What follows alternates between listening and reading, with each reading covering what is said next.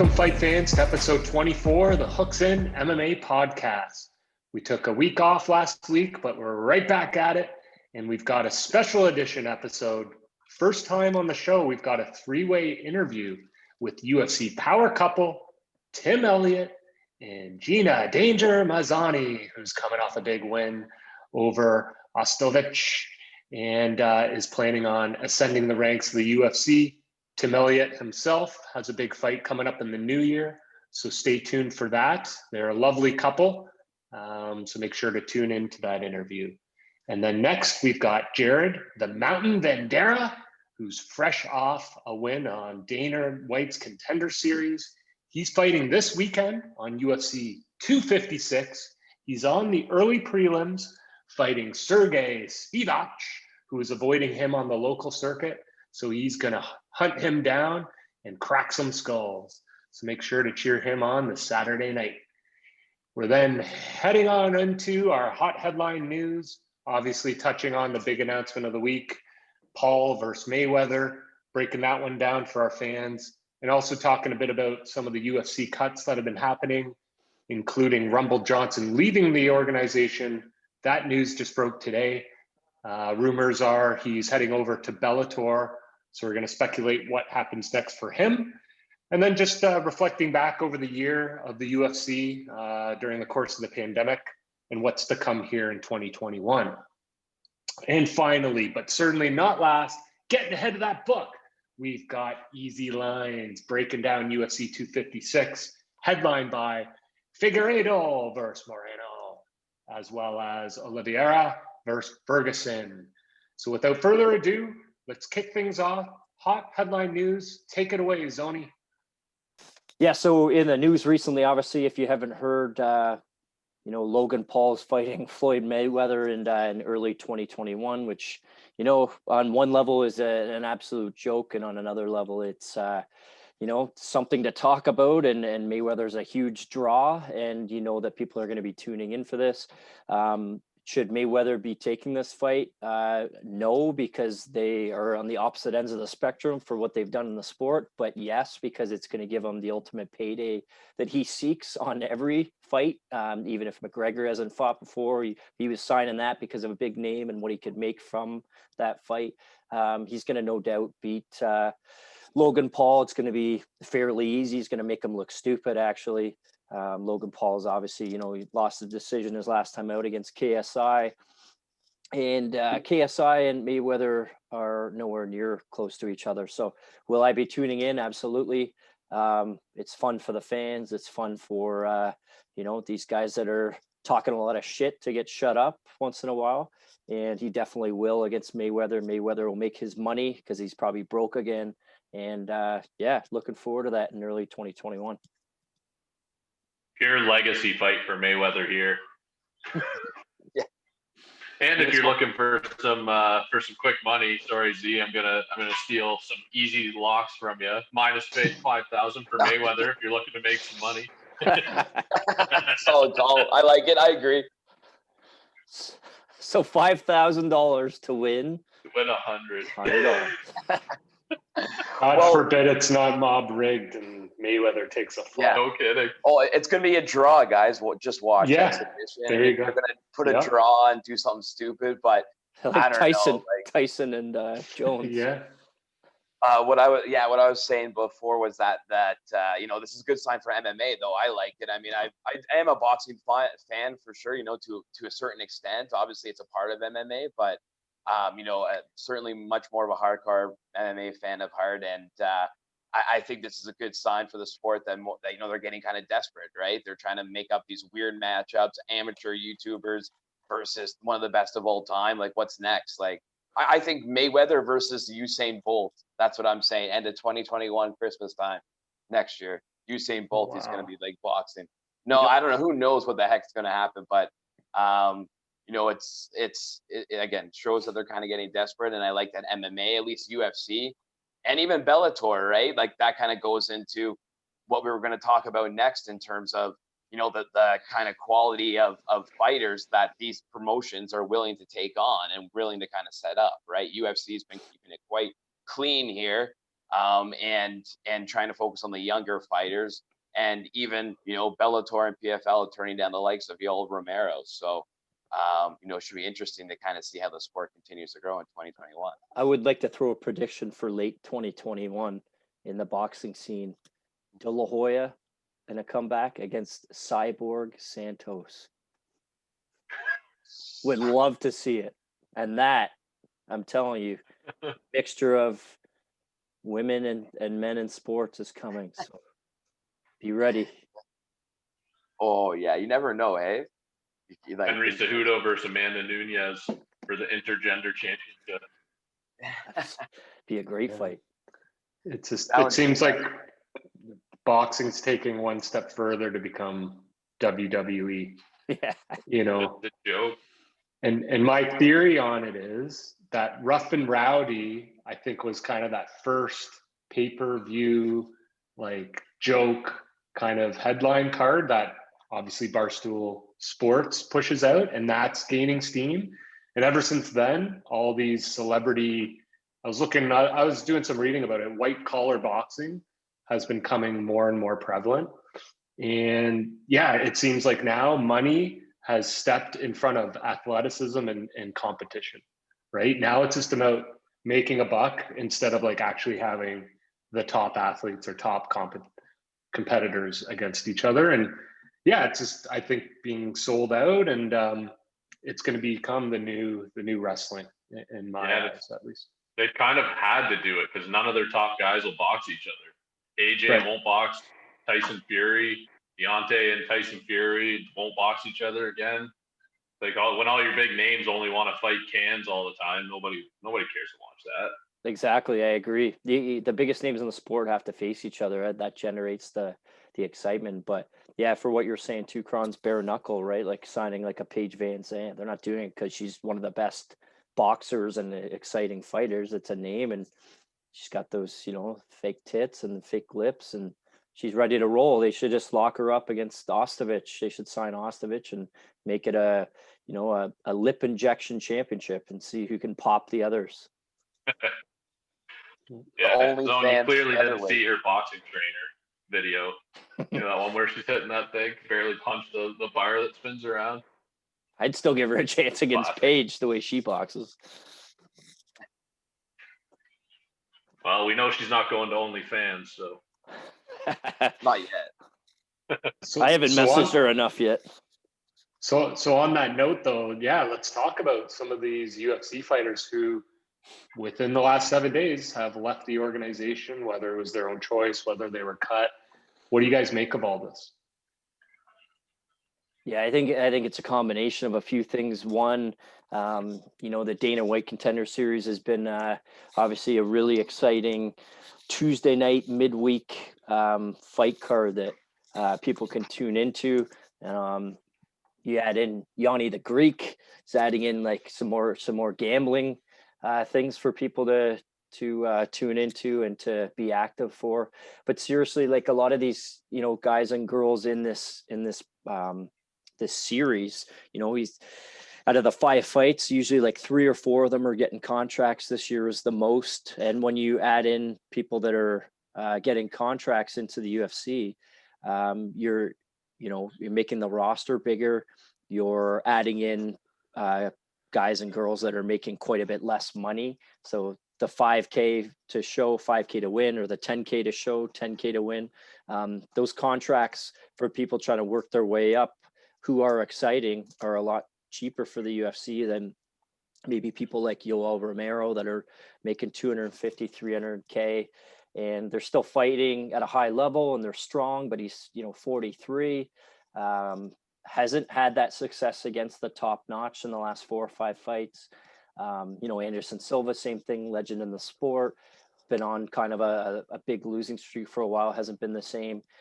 The UFC, I think, is just, taking that approach where in a year, the pandemic happening, even though they still put on a lot of shows, and we'll talk about that in a few minutes too, of just finding a way to, rebuild while on the fly by paying less and hopefully gaining more. And that's how I feel about that. It's, unfortunate. We love Yoel, we love Anderson, we love few of these other guys that have been released, but it's sad to see them go. Rumble Johnson, huge fan. Obviously they didn't come to an agreement, so just sad to see, but it is what it is. What do you guys think? Yeah, it makes me wonder about, like, I know Live Gate isn't the biggest portion of their income from that, but they're still making usually like 10 mil on Live Gate. That's a big deal. Just losing out on that money, maybe that's forcing these cuts, kind of force their hand. They're kind of playing it closer to the vest with how they're doing financially, but maybe it's just not feasible for them while the pandemic's going on to have these big contract guys. It's without that Live Gate coming in. And if it is 10 million, like you said, that literally pays for all the fighters on that card. Like, let's just say that we'll just call that a cut. Everything else is bringing into the UFC, right? So they have to pay the fighters for that card out of pocket, and then that takes away from what they're gaining in revenue. So I don't know. That's a good point. Yeah, and then the second Dana White says it's not about money, it's about the money. 100%. Oh, absolutely. It's totally affecting their bottom line. But, my conspiracy theory is that UFC actually found out Yoel Romero, 67 years old. So they're cutting him for that reason. I don't know. But the Bellator, but I'm actually very surprised that Bellator is, and those other promotions, well, at least PFL at least has turned them down, I know as well. Ariel Helwani was saying it's like, they don't want to be known as taking on these older guys from UFC. But I, in my opinion, that's kind of short-sighted by these other promotions that, they want to be seen as taking the tatter from UFC. But Yoel Romero still, you got to still look at the talent. You got to still look at, like him versus Mousasi. I would watch that main event. Like, I would watch that event right now. If him versus Mousasi, boom, I'm watching that Bellator event. It's unreal. I don't know what exactly, maybe he's asking for too much money, which again goes back to our original point here where, Yoel Romero, I think he's asking for, I think you said 250, 300K zone, but I think he's like asking more like 500K, I think is what he's expecting from UFC show money. And that's because he's fought so many championship belts before, even like Brock Colby stepped in late notice, I believe. And then of course, Israel. So he's always been contenders, getting paid well. And they just weren't willing to do it anymore, especially after that performance against Israel, right? That was a boring fight. He literally stood in the middle with his hands up high and did nothing. And so they're like, well, why are we paying you? We're not going to pay you 400K or 500K again. So, and he wasn't willing to do that. So I think it was, like you said, long-term plan by UFC. Good, maybe a good move. I still think he has a couple good fights in him for sure, but they're looking ahead, and I think their bottom line is getting affected too much by this Live Gate. So they're going to have to. They're being a little bit more sensitive to these players' or fighter salaries. The only thing I'd add to that is you bring up a great point, but Bellator is already known as the industry and the promotion that brings in ex-UFC fighters that are older. Whenever we talk about it, we're like, fucking trying to think like Shamrock and fucking Chocolate or Tito Ortiz. Like they make like these fights where guys are 10 years past their prime. They already signed Fedor, even though he wasn't in the UFC past his prime. Chael Sonnen, like they already do that. They're already known for that. So why not take a shot on a guy that is actually still got legit? Like he could easily go in there, and even if he fought up at 205, why couldn't he beat Nemkov? Like he most certainly could. You could give him a shot. Like Romero could be a new face for you, at least for a few years. Like the guy's still top 5, top 10 middleweight in the entire world, and he's 43. So what's that telling you? Like it's not like he's been on a huge decline. Yeah, he's lost a few, but look who he's lost against. Split decisions, almost all of them. Yeah, crazy. He's But yeah, right like that same thing you guys are saying, you don't want to pick up the UFC scraps. Well, what are you going to be known for? You're not known for fighter development. Outside of the featherweight division in Bellator, it's kind of thin everywhere.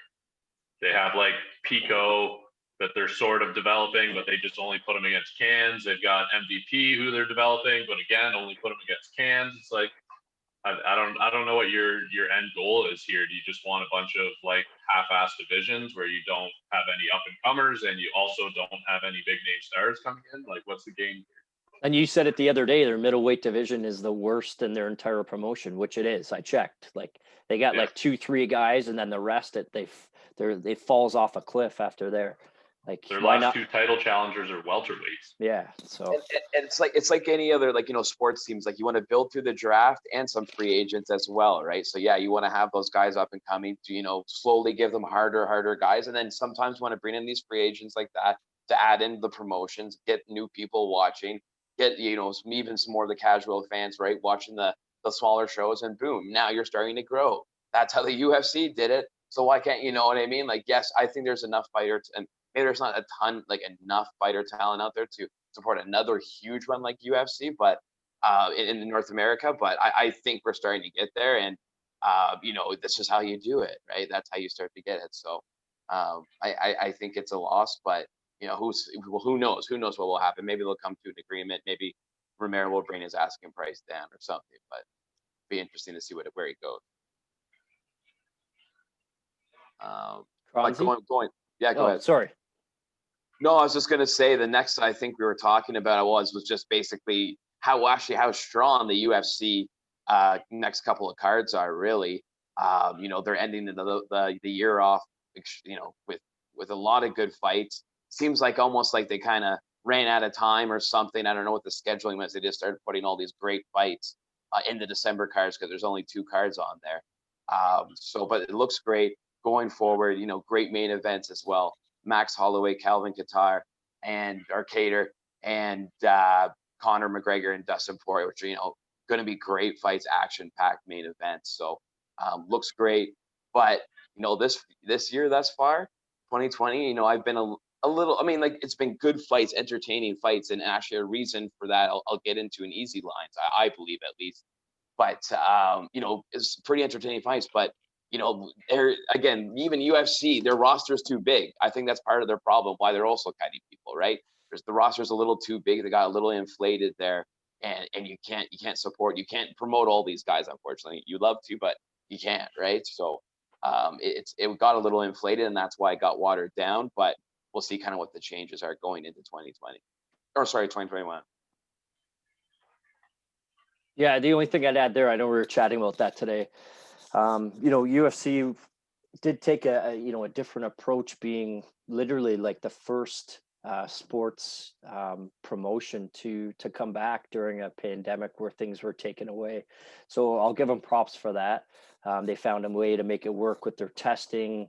I know we've had a couple guys on the show talk about their testing. They'd never seen anything like it, like quarantine for 2 weeks before, staying in their hotels, obviously bored, but playing like PS4s and all that kind of stuff, and eating healthy, and just making sure that the 5 tests that they'd had before they were ready to fight, that they were all negative.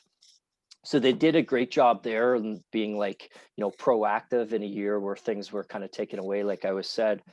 Yes, I couldn't agree more that the fights were watered down. They ended up putting on shows, almost weekly. I think there was only a couple weeks where they didn't.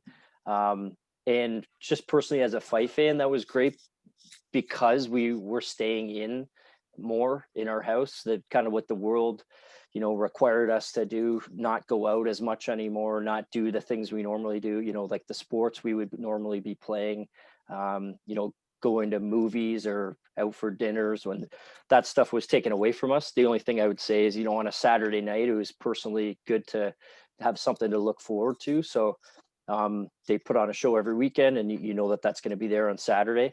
Definitely the cards were watered down, but it was a way to kind of learn some new fighters and see some good fights you normally wouldn't at like 4 or 5 in the afternoon.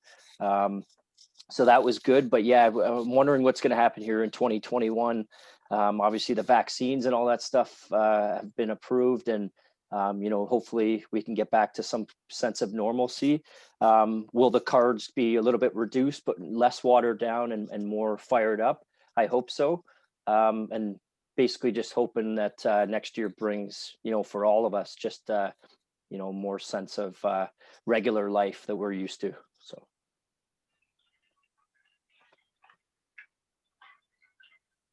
Yeah, no, that's a good point though about how they handled it, right? Even though the cards, like you said, maybe it wasn't the biggest names all the time, but they were able to put them on. They executed them quite well, and I think they kind of almost proved to a lot of those professional sports leagues that that you're able to do it, right? With them coming back first, I think it was in June or was it May? I believe maybe end of May or June when they first came back. But yeah, no, I mean it was great, and they even had in terms of the testing and all that type of stuff. So kudos to them for that at the very least. Should we get ahead of that book, Kronz? Absolutely. I've got my Bet365 open here. Hope you guys do too.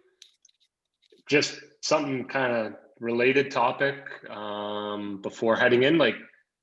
Just let's throw out a prediction for the Huxon family here. When do you guys predict the next UFC event will happen when there's fans in the stadium? What would be your guess? McGregor Poirier?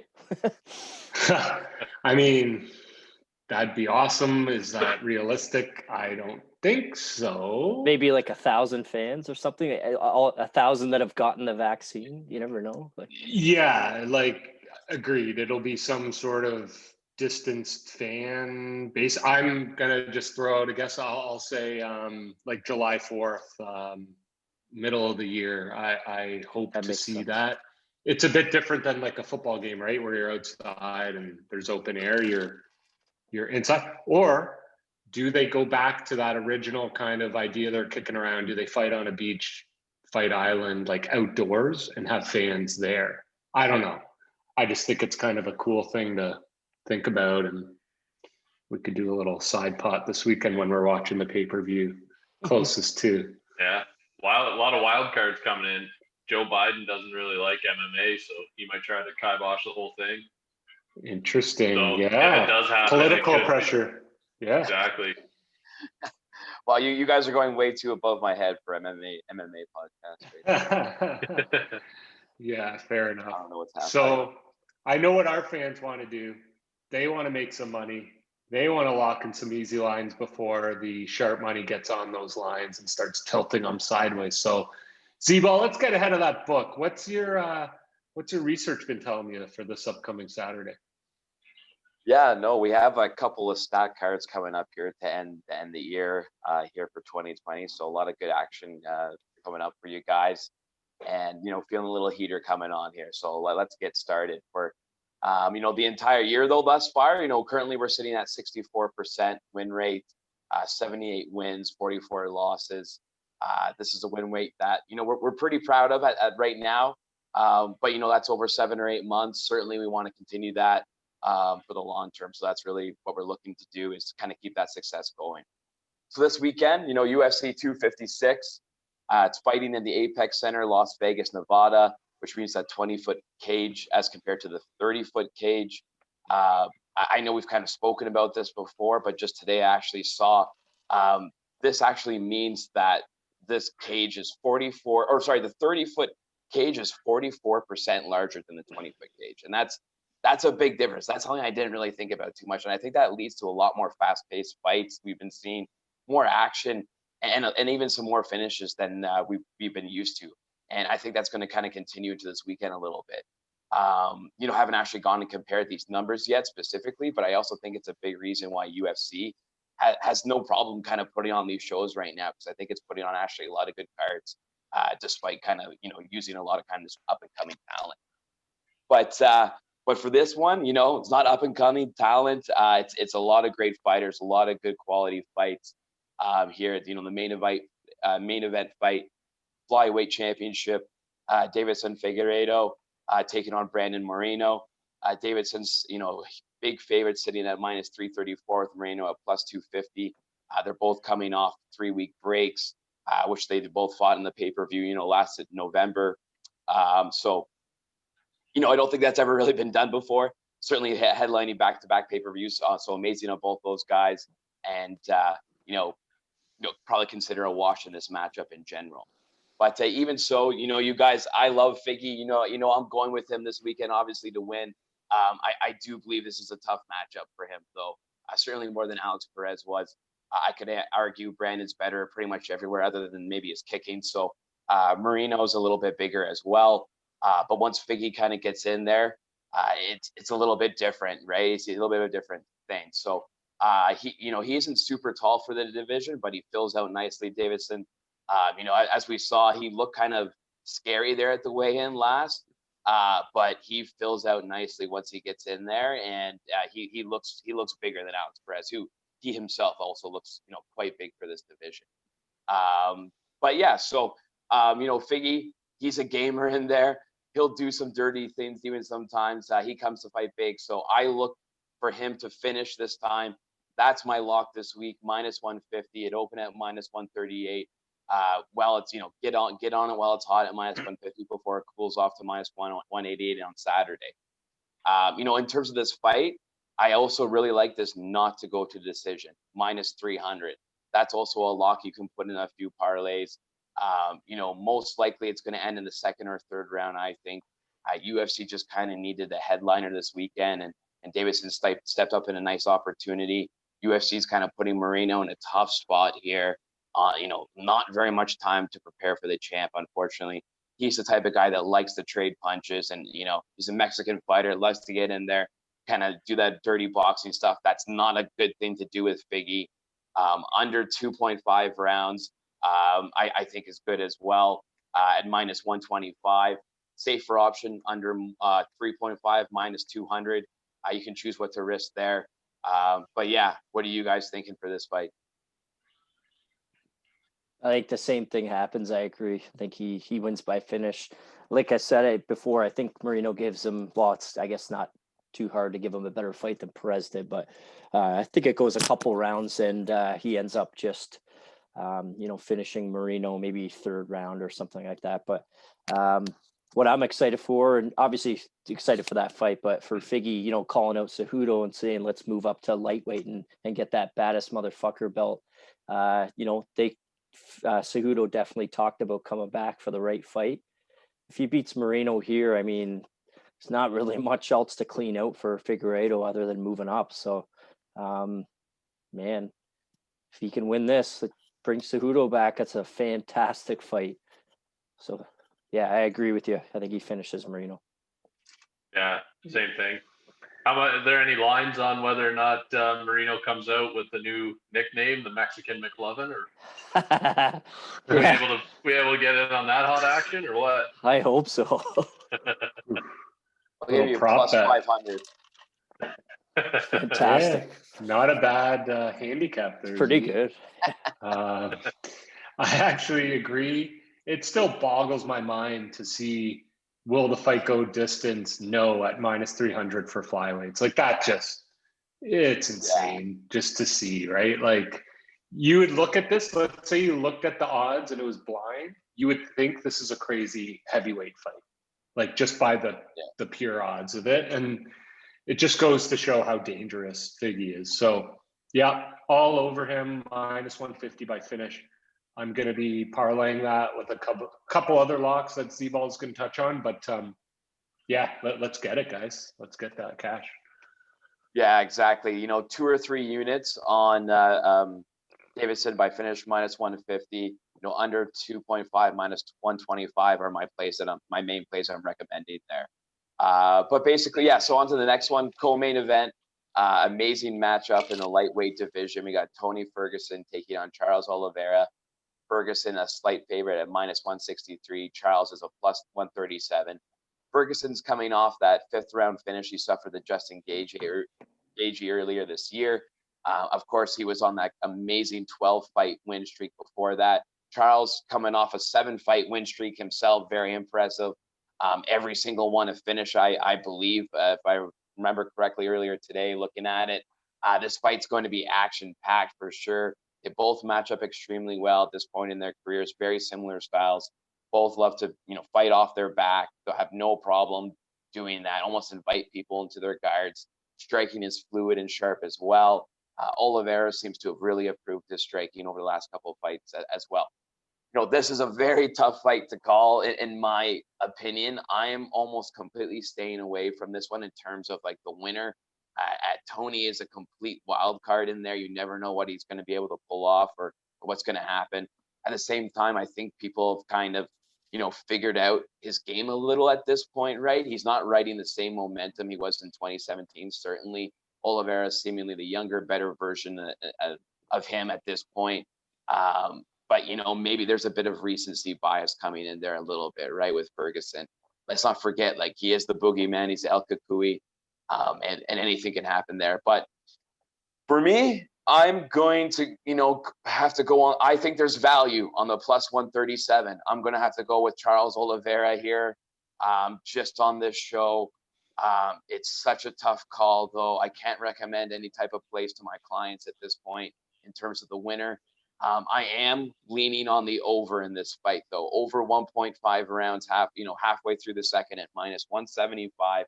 That looks good to me in terms of the parlay. To go to the distance plus 150, interesting play as well. It's only a 3-round fight. Tony can survive a beatdown from Gagey like he did, so I don't see him going down easy. Also, his jiu-jitsu and his scrambles are extremely creative. I think he'll be able to get out of those tough situations that Oliveira will put him in the ground, on the ground. Oliveira by decision, value play plus 500. But in terms of the winner, that's the only thing that I'm doing personally. I'm putting a quarter unit on Oliveira by decision and sitting back and enjoying that fight, and not going to stress too hard on that one. Maybe 1 or 2 units on the over on the over and larger parlays. But yeah, what are you gentlemen thinking? I like the last thing you said there. The decision plus 500 for Oliveira. I think he is at a better part in his career than Ferguson is. Ferguson just took a 5-round beating, and it's tough to come back from that sometimes. You talked about the momentum. The momentum has been stopped. I'm not saying that Ferguson couldn't win this. Of course he could. He's fantastic, but I'm leaning towards Oliveira, and I actually switched it from a finish to a decision plus 500. I like that. I like the value.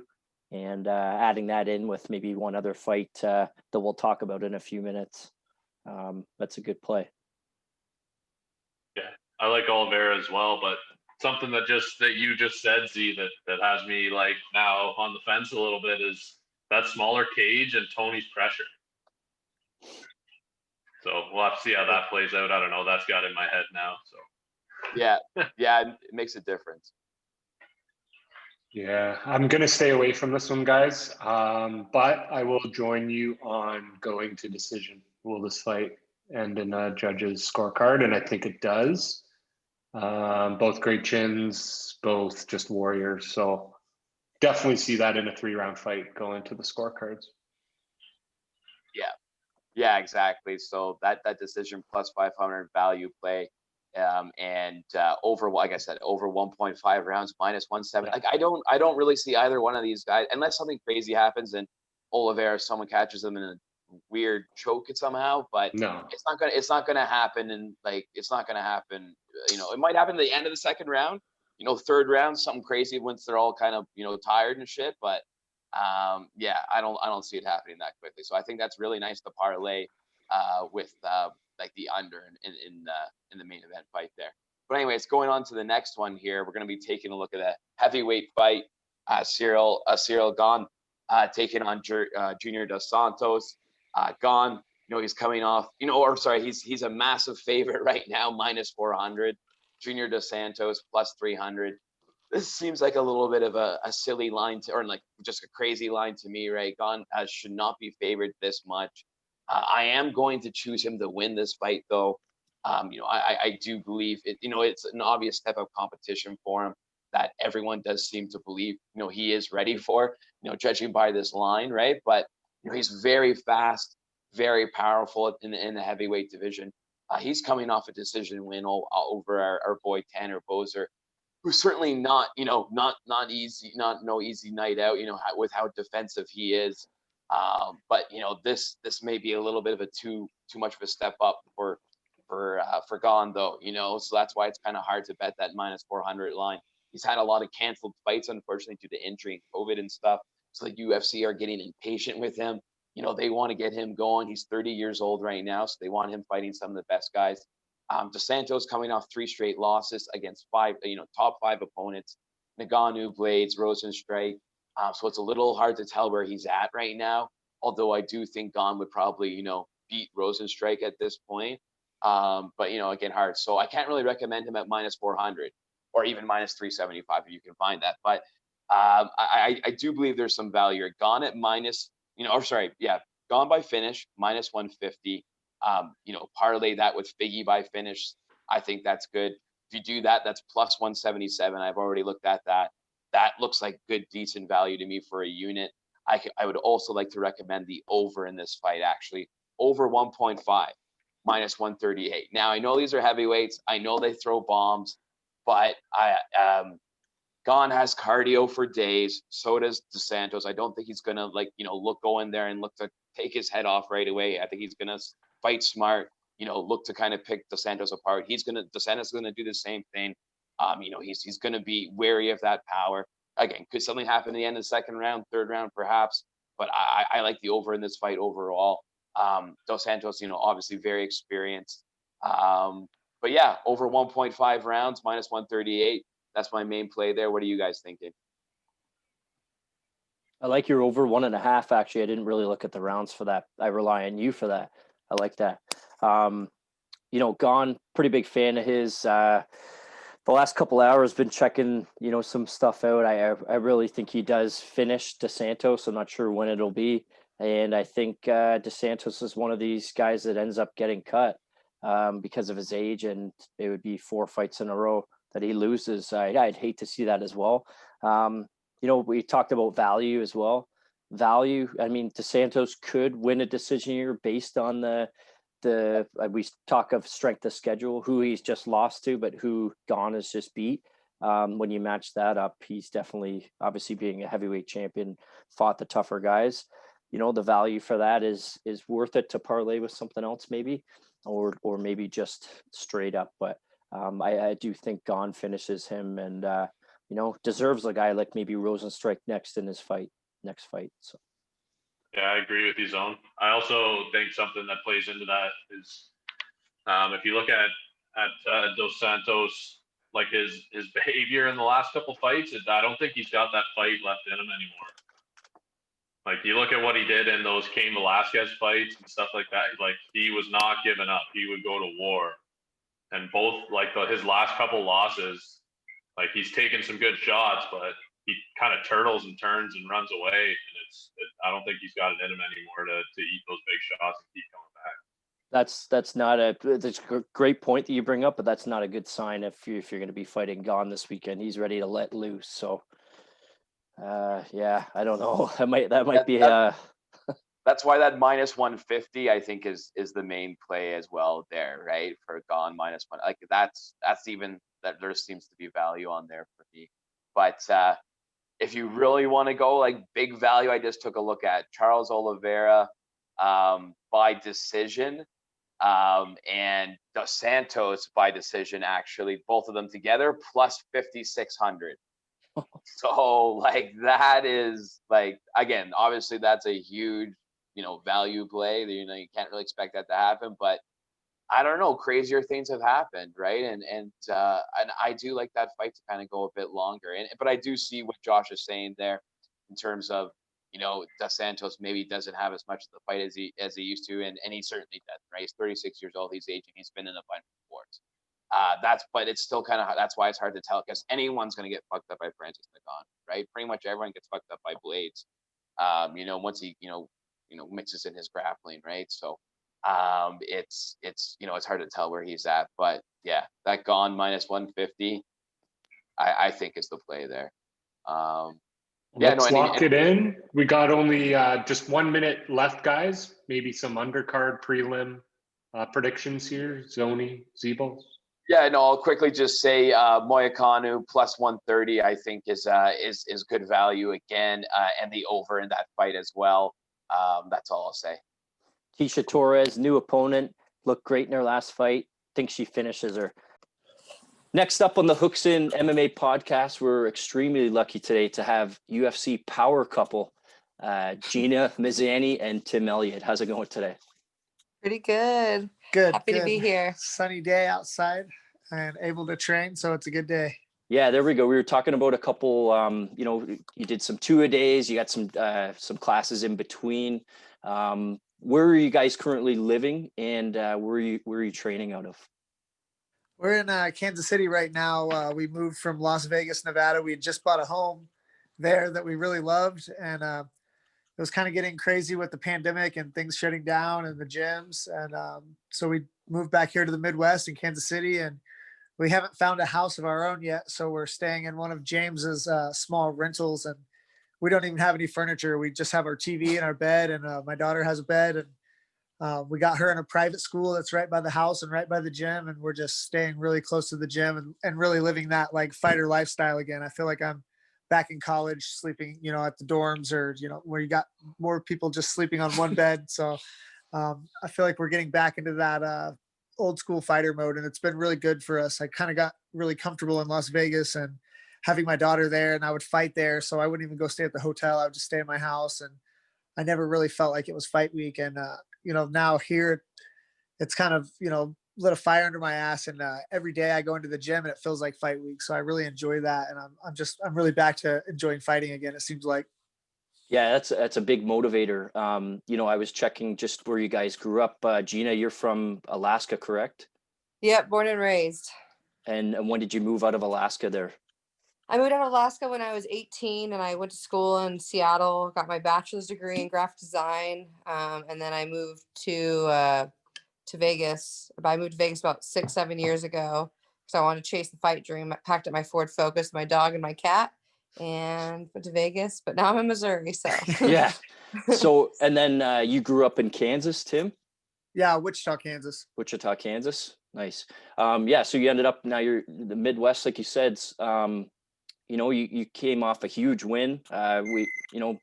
Few of my buddies part of this podcast, we get together and we watch almost every fight together. So, talking about the Ostovich fight leading up to that, it was a consensus 5-0. We picked you to win, and we knew you were going to get that W, and you looked fantastic. So congratulations. Thank you so much. That was a fun one. Yeah, it was a lot of hard work went into that too. A lot, but I think but from that fight, I feel like that fight was a big stepping stone for me. I feel like I don't know. I before that fight, I really thought I was done fighting, and I was like, I'm done with it. Like, Tim will fight, I'll support him. And then like after I got under James's paws, I'm like, man, this is a new beginning. 125 that's my home, so it's pretty great. And then hopefully she can fight, and I'll just support her. Oh, shut up! We're both gonna fight. She'll fight and support you. Yeah, she can. Yeah, right. Yeah. Win that belt. Yeah, and win that belt. Yeah, so we'll talk in a couple of minutes about maybe what's next. But Tim, as well, you came off a big win against Benoit, and you got a big fight against Espinoza here in January. So, how does it just being a couple in the UFC and being having the same job? Like, how does the lifestyles kind of you use maybe her motivation of getting a big win and putting all that work into that effort, and then does that motivate you? Do you eat the same meals type of thing? Like, how do you guys work that out being fighters in the UFC? It's super motivating to have her. The win obviously helps, but the big thing was the 15 weeks before that. Like I said, she was doing 4, sometimes 5 practices a day, measuring all her food for 15 weeks. She came down a weight class. We're both fighting at 125 now. But like the dedication and the amount of work that she put into it was inspiring in the sense that like, I'm not going to do that. Like, for me, quality of life, like I have a daughter and we have 4 animals here, and like, I'm not going to do 4 practices a day and still be able to be a decent dad. Like, so me seeing her be able to do that was like, oh shit. So like, I have no excuse not to at least go do my 2 practices. So it's inspiring in that sense, but like, we really pick up each other's slack, and that's what we always talk about. It's like, it's really hard because I mean, like in the mornings, like I'll get up and like when I'm going through camp, and he'll bring me my lemon water with my apple cider vinegar. And then today, like I'm done with my fight camp, and and during my fight camp, he wasn't eating as good because I had to like weigh everything out. And so now he's in fight camp, so now like his breakfasts are made, his lunches are made, like it's just like we pick up the slack, and I think that's what's most important. Like, and when I was having my hard time with my fight camp, like he helped out with Sterling a lot more, and like because I wasn't able to be as present, I guess, but it's pretty special because then you just understand, and I think that's kind of cool. Like if you do it for if you aren't a fighter and then like you're dating somebody who is a fighter, like you God, I have to pick up all this slack. Like, I don't understand why, and we get it. So Yeah, I like how you put that. My wife, she'll probably kill me when she watches this because she was excited to see two UFC fighters dating each other on a podcast and an interview. Sorry. But she's the pickiest eater in the world, and she's a vegetarian. But since I've met her, I've eaten better myself because you kind of feed off each other, like you said, right? And it influences you to try new things. And when you try new things and you see the results, it pays off, right? absolutely, and that's things I noticed in this camp is I hired Tyler Mitten, nutritionist, and he really showed me how I can eat a lot and fuel myself properly. And so I'm really going to transition that to his camp. Like he doesn't has a hard of a weight cut as I do, but well, he kind of, I don't know. No, Yeah. not near. So I don't have to measure my food. I eat whatever she gives me. I eat as long as it's healthy. I don't gain weight. Yeah, there you that's go. messed up. You don't want to have She to has make. to weigh. She literally weighed every single piece of food that she ate for 15 weeks. I wanted to make weight, which made it to where I wasn't eating as much because she cooked her food and didn't want to make anything special for me because hers was like so particular. So like I would just eat the scraps between her and my daughter. Yeah, you don't want to have to make that move up to 135, right? Oh no.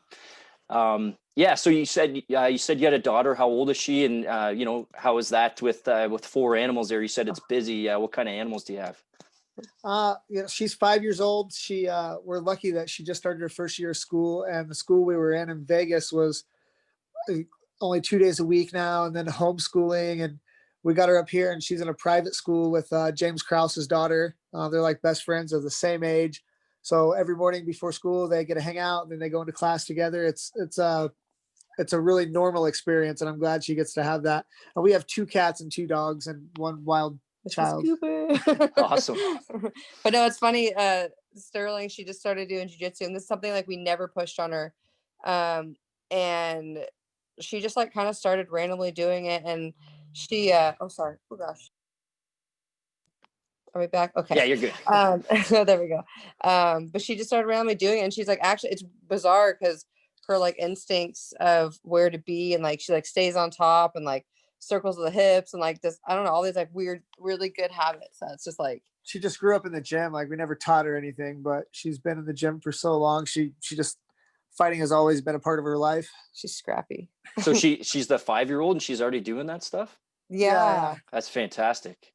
I posted there's a video of her on my Instagram. I posted a picture of her like watching me fight, and then you slide over, and that was her later that week and practice, and it's just impressive. Like I'm like she's doing all the right things, like staying she's all on top. gas and no brakes. I love that. I'll have to check that out because I just had my first son last year. He's 1, and the doctor keeps saying they learn by watching you. So he watches me play basketball or something. That's what I want him to get into. They don't actually learn by you like specifically like making them do it, right? So if she's been in the gym, she's seen it. She's like picking that up and storing that away. So that's pretty cool. 5 years old. That's amazing. Yeah, it's wild. She's killing it. She enjoys it. It's all fun for her. She never sees, because all the guys in the gym are punching and kicking each other, and then afterwards they're giving each other hugs. So she sees people fighting, and to her it's not an anger or a mean thing. She sees guys like these are people that are best friends and hanging out on the weekends, and she's friends with the other guys' daughters. So fighting has never been like any kind of animosity or anything. It's just what the friends do with each other. So like now her and her friends are doing that. Awesome. That's cool. I'll have a couple questions left here for you. So Gina, with that last fight, getting back in the win column and looking fantastic. That's the best I've seen. Your stand-up was phenomenal, and you mixed it up really well. What transformation, I guess, between one fight to another and having that result, like how did that transpire, I guess, and then how can you move that forward in your next fight?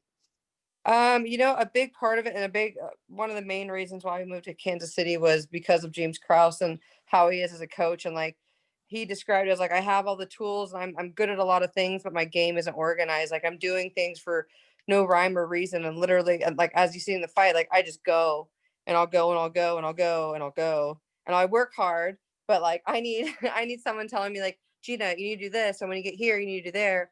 Like, and so having him in my corner and having him as a coach, like watching over me for the past 15 weeks and working with me one-on-one, I think has really, really helped. And it's awesome. And I'm really grateful of the way the fight went out. Like, in the sense I have 14 minutes of tape to watch myself and see what I do in the fight and see where I can improve on and see where I can excel on and where I can be more efficient. And then I also got the finish, and so it's like like best case scenario. The only thing was like a bonus would have been cool, but whatever, it's fine. That would have Not been great. cool. But 50K. 50K. But and I'm definitely planning on carrying that over to the next fight. That was the best I've ever felt. That was 100% the best fight experience I've ever had. Oh man, I'm just anxious to do it again. Yeah, so I might as well transition to that. When do you think you would get back in there, and is there anybody that you'd like to fight? Yeah, there's a couple girls like I want to stay on I want to knock off some of the bottom tiers, just because my UFC career started off with Sarah McMahon and Lena Landsberg and like girls in the top 10. So I want to give myself some more experience in the cage and then eventually like work my way up. But there's no one like specific, but there's I don't know, just someone on the like non-ranked, like my level type thing. But we're going to Abu Dhabi for Tim's fight in January, and I'll be close to weight and I'll be training. So I mean, like, God forbid if one of the other fights fell out, I'll come prepared. Yeah, and I'm sure the UFC promotion would like that. They love people that step in and save the day. So Yeah, I She'll hope be there anyway. Yeah, I hope somebody doesn't get hurt, but I kind of do, because then you can fill in for them. that'd be sick. That would be sweet. And then Tim, yourself, big W the last time out. I have to bring it up. You have it on your Instagram too. That guy that was in the UFC and then got fired and then got rehired. Working your way back, just how good did it feel to finally be rewarded with you're obviously one of the best flyweights in the world, to be rewarded to actually come back and show your stuff? I mean, it feels great, but the same thing goes for Gina. It's like, I've been in the game a while. I've had a lot of ups and downs. I've never really put together, even winning the Ultimate Fighter and fighting Demetrius Johnson, I never really got a chance to put like a streak together. And I feel like now I'm organizing my game, and I'm just now feeling like I'm coming into my own. Like, I've always had kind of a weird style, but it was just a break off of a bunch of other guys. And like right now and Kraus describes it as developing a funnel, like funneling down my systems and my game plan on my best ways to win.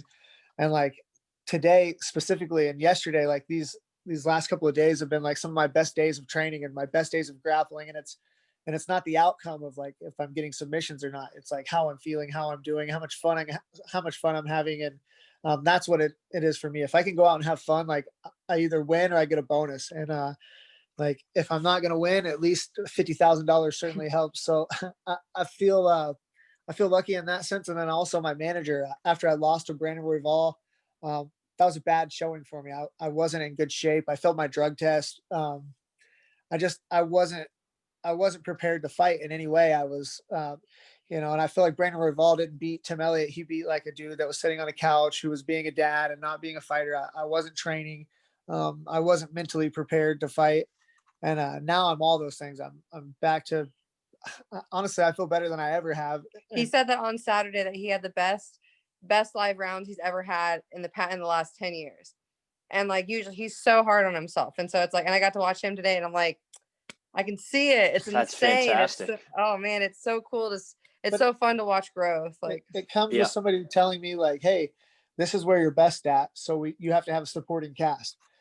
If you're a great jujitsu guy, but you can't take anybody down, like how are you ever going to get to see your jujitsu? So like my thing is I have a particular set way of winning right now. And like, I have 10 ways to get there. So especially for Jordan Espinoza, like I'm not overlooking anybody, but this fight is tailored for me to win. And then I've already been calling guys out online for after this. I want to stay active.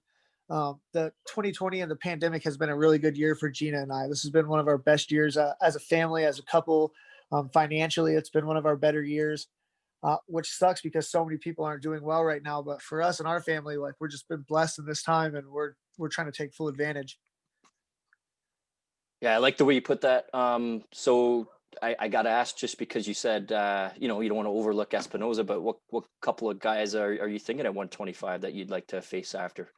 Man, there's a bunch. I've called this guy out several times. I wanted to fight him before Jordan. He actually beat Jordan as well. But David Dvorak is one of them. And then really, it doesn't really matter for me. I just want to stay active. I'll fight the top guys or the bottom. I've already been I'm not scared of losing. I've had those losses. Really, I want to be in those epic, exciting fights, big name guys, when Cody Garbrandt and those guys can fight again. I want to be the guy that when nobody else is answering the phone, they know they can call me and this guy's going to come and show up and get his money. And they're not going to cut me whether I win or lose because of the way that I fight. And they pretty much told me that. And I don't want to be the stepping stone guy, but also when it's all said and done, I want to go back and people think this dude put it all out there. And that's everything to me. Leaving the legacy, right? Yeah. So just to finish up here, I'm going to ask you, we do a between round segment. It's 1 minute. So I'm going to ask you a question and you guys got to answer honestly. Okay. You got to answer honestly. Okay. We ready to go? Yes. Who's the better cook? Gina. Who cleans the house more? Who's the meaner parent, the stricter parent? Oh, probably me. Probably the son. Who wins all the arguments? Gina. Yeah. Oh yeah.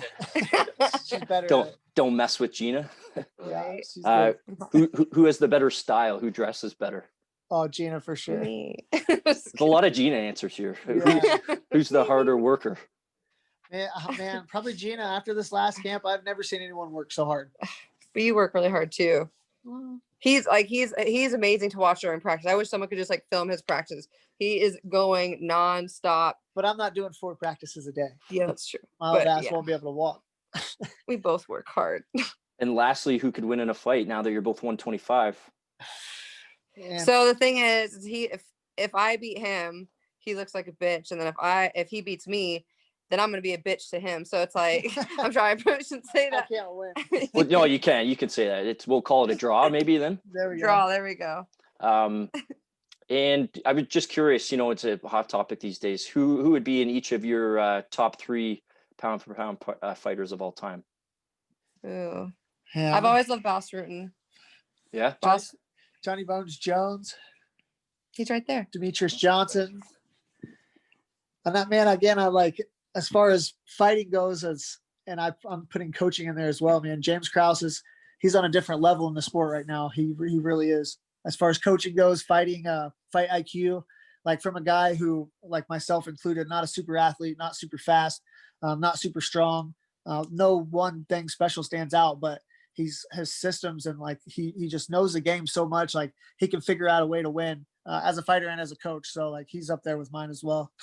I'd like to see him finally fight that Joaquin Buckley. That'd be kind of cool. They're saving that guy. They're not going to let James have that guy. He's tried. Yeah. Oh yeah. Yeah. Well, we'll see what happens. Maybe down the line. Yeah. Hopefully. Yeah. But yeah. Sponsors, shout outs, or social media just to finish up. Shout out to our management, Iridium Sports Agency. At TElliot125 on Twitter and at _awkward MMA on Instagram. I'm Gina Danger AK on Instagram and Twitter. Yeah, I don't know. I'd be remiss if I didn't, as a Canadian, ask you if GSP came back. Do you think he would have a chance against Khabib? Yes. Yeah. That would be a great. Oh man, that'd be fantastic. I don't see why not. It's not like Khabib has a crazy danger factor with knockouts or anything. And Khabib, GSP can grapple. I mean, there's grapple and wrestle. Yeah. Athletic. Earlier this year, I told a lot of people I think that fight's going to happen in 2021. So I'm still praying that Khabib wants to have his 30th fight. So we'll see. He's going to come back. Should. He has to. Yeah, I think so. Money talks. Yeah, it certainly does. But yeah, I honestly, from the bottom of my heart, really appreciate you guys giving up your time today. You didn't have to do that. And, you guys are great to watch and you're even better people.